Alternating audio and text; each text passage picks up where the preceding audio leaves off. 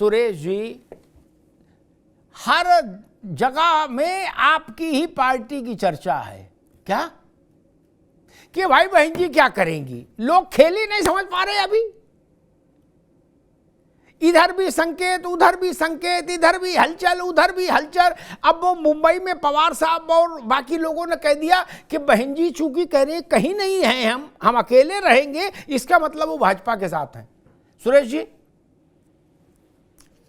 तो केंद्र में पूरी चर्चा हमारी है बसपा की, माननीय बहन जी की।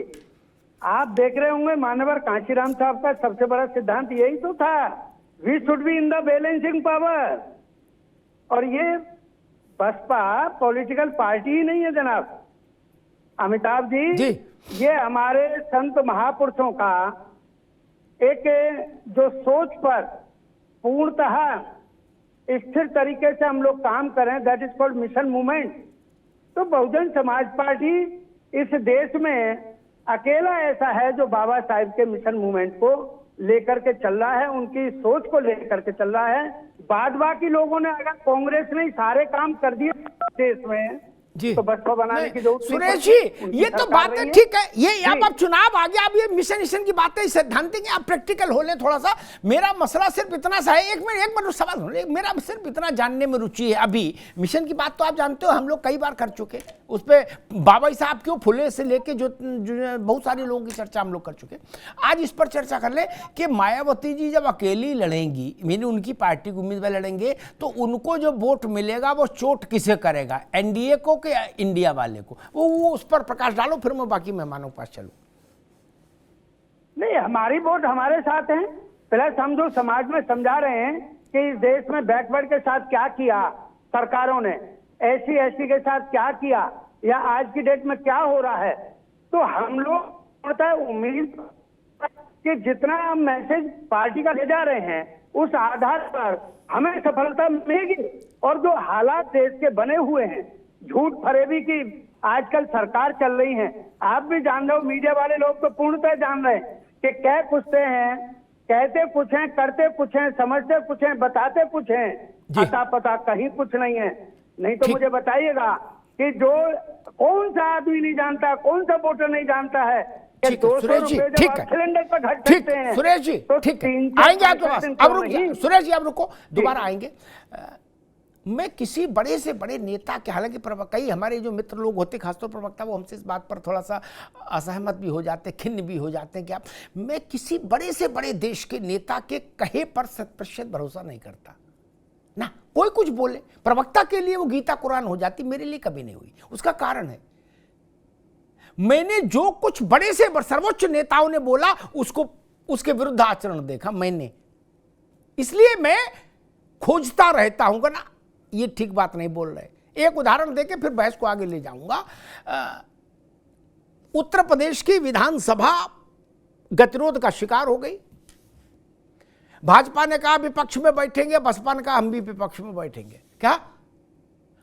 तब काशीराम नेता थे, मायावती ने, काशीराम ने कहा हम विपक्ष में बैठेंगे, हमें सरकार नहीं बनानी। कल्याण सिंह ने उधर कह दिया हम भी विपक्ष में बैठेंगे जीवन भर टाइप का। क्या? अटल बिहारी वाजपेयी से लेके आडवाणी, जोशी, सब ने ऐलान कर दिया विपक्ष में बैठेंगे। अशोक जी सुन लीजिएगा, मुझे खबर मिली कि ये कही गई बात झूठ है, बात हो गई। क्या? काशीराम और अटल बिहारी वाजपेयी के बीच में, और बात कराई जयंत मल्होत्रा ने। क्या? मैंने खबर छाप दी देश के एक बड़े हिंदी अखबार में। सैफ खान साहब आप भी सुन लीजिएगा, आप लोग बड़े भावुक हो जाते हैं, राहुल जी ने कह दिया, बताइए। मैं कहता अरे धीरे रहो भैया, कोई जी कह दिए हो, इसका क्या मतलब? अगले दिन हमसे सब नाराज, अटल जी भी, काशीराम जी भी बोले आपने कैसी खबर छाप दी। क्या? हमने भाई खंडन तो नहीं करेंगे। और तीसरे दिन गवर्नर के यहां दोनों लोग पहुंच गए चिट्ठी लेके, पांडे जी। क्या? इसलिए हमको पता, इन बातों में मेरी कभी रुचि नहीं रही कि लोकतंत्र बचाना, देश बचाना, ना जी। सब सबके साथ गठबंधन कर चुके, कहां कुछ ने लोकतंत्र बचा रहे हो। इसलिए ये सब बात नहीं। कपिल श्रीवास्तव जी, आपकी पार्टी ने भी सोचा कि ट्रेन छूट जाए, उससे पहले अपना गमछा रख दो सीट पे। क्या? तो मांग हो गई कि भाई हम चाहते हैं अखिलेश जी प्रधानमंत्री पद का चेहरा हो INDIA की तरफ से। क्या अब बताइए, ऐसे में तो फिर मामला कैसे आगे बढ़ेगा? नहीं। एक और दूसरा प्रश्न, बहन जी अकेले अगर चुनाव लड़ेंगी, तो जैसा शरद पवार कह रहे हैं कि बहन जी किसी तरफ नहीं है घोषित तौर पर, इसका मतलब वो भाजपा की तरफ है। इस बात का क्या मतलब है कबीर जी?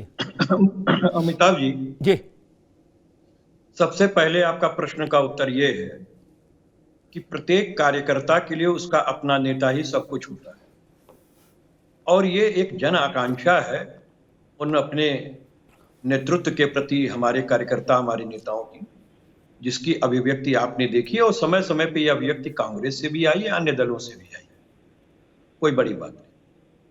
लेकिन हमारे यहां तो लोकतंत्र में विश्वास है।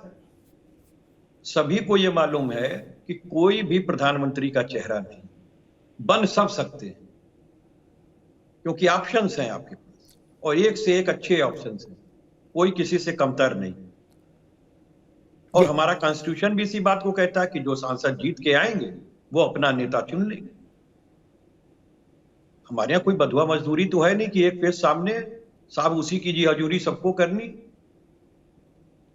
तो हमारे यहाँ तो सुगंध एकदम फैल रही है, सारे अलग अलग और अलग अलग फूलों की खुशबू है, एक गुलदस्ता है, बागीचे में सैर कीजिए।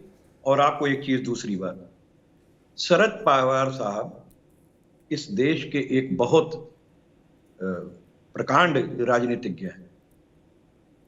उनके बात का विश्लेषण कर पाना मेरे लिए संभव नहीं है जी।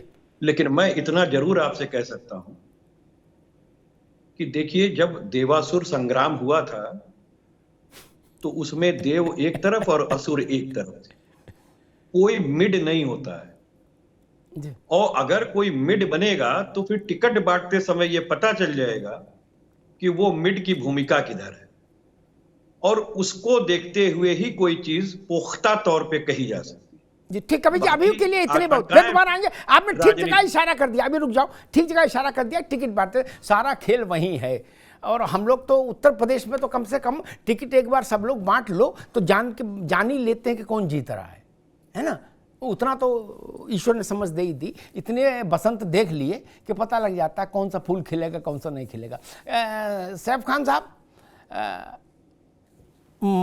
एक बात नहीं समझ में आ रही, कांग्रेस ने, मैंने कांग्रेस के कई वरिष्ठ नेताओं से बात की, बोले अरे छोड़ो भाई पंडित जी, कहाँ आप भी, मतलब कोई बोलने की स्थिति में नहीं है, पता नहीं क्या संकोच है। मैंने पूछा, आपने जितने बसपा से आए थे छोटे बड़े सब किनारे कर दिए, सबको स्टोर बंद कर दिया, चाबी खुद ले गए। खावरी दलित चेहरा थे कल तक, उनको भी हटा दिया, बोले तुम भी बाहर निकलो। नसीमुद्दीन, बड़ा नाम उत्तर प्रदेश की राजनीति का, जो स्थिति शिवपाल यादव की थी सपा में, वो स्थिति मायावती की सरकार में नसीमुद्दीन की होती थी, उससे कम थोड़ी ना होती थी। उनको भी विदा कर दिया, बोलो तुम भी घर जाओ, अब तुम्हारे पास कोई पद नहीं। क्या उनका इतना पैसा भी लग गया बेचारों का पूरे व्यवस्था बनाने में कांग्रेस दफ्तर में, खैर उनको विदा कर दिया, नकुल दुबे को भी विदा कर दिया। ये संयोग है कि कोई प्रयोग है सैफ खान साहब? क्योंकि बात हजम नहीं हो रही। सारे पूर्व बसपाइयों को लाठी लेके हाँक दिया आपने, कोई मैसेज था किसी तरफ से कि पहले इन सबको हटाओ, उसके बाद बात होगी, ऐसा कुछ है क्या सैफ खान साहब?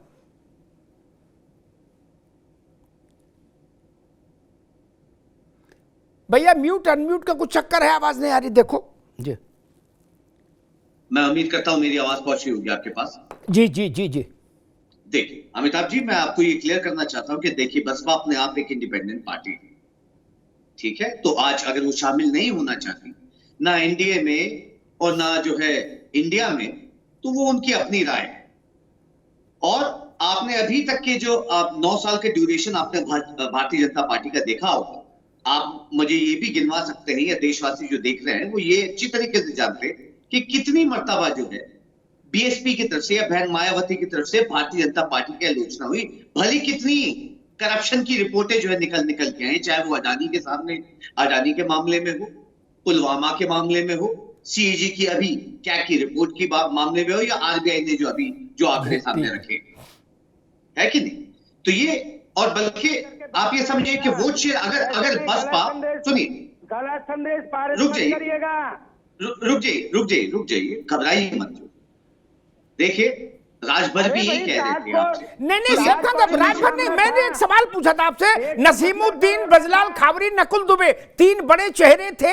एक प्रदेश का अध्यक्ष था, 2 रीजनल प्रेसिडेंट्स थे आपके और मीडिया के चेयरमैन थे। उन तीनों को आपने नाव से उतार दिया, बोले अब तुम नदी में पैदल चलो। ये संयोग है, प्रयोग है, ये समझना अच्छे लग रहे थे इनको। अनुरोध करूंगा जी, मैं आपसे अनुरोध करूंगा कि जो ओपनिंग है उसमें जो है कोई जो है बीच में इंटरफेयर ना करे, क्योंकि अगर वो इंटरफेयर करेंगे तो मैं मेक श्योर करूंगा कि वो अगली बाइट में जो अगर वो बोलते हैं तो मैं उनको पूरा कंप्लीट बात ना कर दें। ये भी मैं श्योरिटी आपके चैनल पे ही दे रहा हूँ। ठीक है भैया, बोलो। दूसरी चीज जो आपने सवाल पूछा था इन सब नसीमुद्दीन सिद्दीकी साहब का, तो हमने उनको काफी महत्वपूर्ण जो है पद पहले भी दिए हैं। उनको स्टार प्रचारक एमपी का स्टार कैंपेनर बनाया था और अब उनको आगे चल के दूसरे पद जो है, यूके पार्टी में हम सबके सब जो है वर्कर्स हैं, सबको अलग अलग पद मिलते रहते हैं, अलग अलग जो है हम उम्मीद कर रहे हैं कि और अच्छी पद मिलके उनको और गंभीरता से दूसरे कैंपेनिंग की रिस्पॉन्सिबिलिटी जो है दी जाएगी। जी ठीक है सेब खान साहब। ब्रजलाल खाबरी से हमने पूछा था भाई आपको क्यों हटा दिया, तो उन्होंने कहा कि मसला ये है भाई साहब कि हमने पार्टी के अंदर जो भ्रष्टाचार हो रहा था, लूट खसोट, उसके खिलाफ जांच शुरू की तो ये सब लोग नाराज हो गए, कुछ लोग तो ऐसी स्थिति हो गई। ठीक, नसीम भाई का भी मिजाज बिगड़ा हुआ है, सब कुछ लिटा के होश में आए तो क्या आए। नकुल दुबे को भी किनारे कर दिया। इस कल तक ही आपके दूल्हा थे सब तीनों, आज इन्हें बारात में भी नहीं रखा, बोले भगाओ। कुछ तो कारण होगा, इतनी सरल राजनीति नहीं होती मेरे भाई, कोई कारण होगा। मैं फिर दोहरा रहा हूं, चाहे राहुल गांधी कहें चाहे मायावती जी कहें, तुलसी का पत्ता हाथ में रख के और गंगा जल, फिर भी मैं मानने को तैयार नहीं। कोई ना कोई कारण है इस घटनाक्रम के पीछे। अरे एक हटा दिया जाता मैं संयोग मान लेता, सारे एक्स बसपाई भगा दिए। जो लोग मायावती जी को अवॉइड कर सकते थे कांग्रेस में, वो सब हटा दिए मंच से, लड़ाओ इनको। कोई तो वजह होगी मेरे दोस्त। अब लोकसभा नहीं, अब रुकना होगा। लोकसभा तक हम सिद्धांतों पर चर्चा नहीं करने वाले, हम खांटी राजनीति पर चर्चा करेंगे। खांटी राजनीति, 100% सियासत, क्या बाकी कुछ नहीं। और एक बात कपीश भाई ने कही कि हमारे यहाँ तो लोकतंत्र है, सब बन सकते हैं और कोई ऐसा नहीं कि एक की सब गुलामी करें। एक टिप्पणी करके मैं अशोक पांडे के पास चलूंगा। 4 बार संभवतः समाजवादी पार्टी के पास चीफ मिनिस्टरशिप गई उत्तर प्रदेश में, क्या एक ही व्यक्ति के पास वो चीफ मिनिस्टरशिप रही 3 बार और चौथी बार उसके पुत्र के पास गई। ठीक, लोकतंत्र हमको मालूम है किसके पास कितना है और कैसा है, ये इतिहास में लिखा, ये न मेरे कहने से बदल जाएगा न कपीश के कहने से बदलेगा। ठीक, अशोक पांडे जी, गुलामी का आलम वहां भी है, वहां आजम तो नहीं बन गए चीफ मिनिस्टर, ना रामचंद्र दास बन गए थे, ना माता प्रसाद बन गए ना। जब सरकार बनी तो मुलायम सिंह जी बने या बाद में अखिलेश जी बने, वहां नेता कम थे नहीं ना, वहां तो शिवपाल राम गोपाल भी नहीं बने।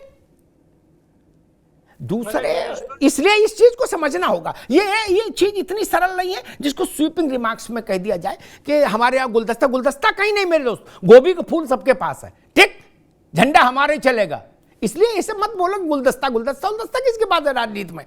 बसपा की सरकार आएगी तो सुरेश जी बन जाएंगे चीफ मिनिस्टर, क्या गजब करते हो यार। नहीं, गुलदस्ता ये सब झूठी बातें होती मन बहलाने के लिए, इसका होता कुछ नहीं।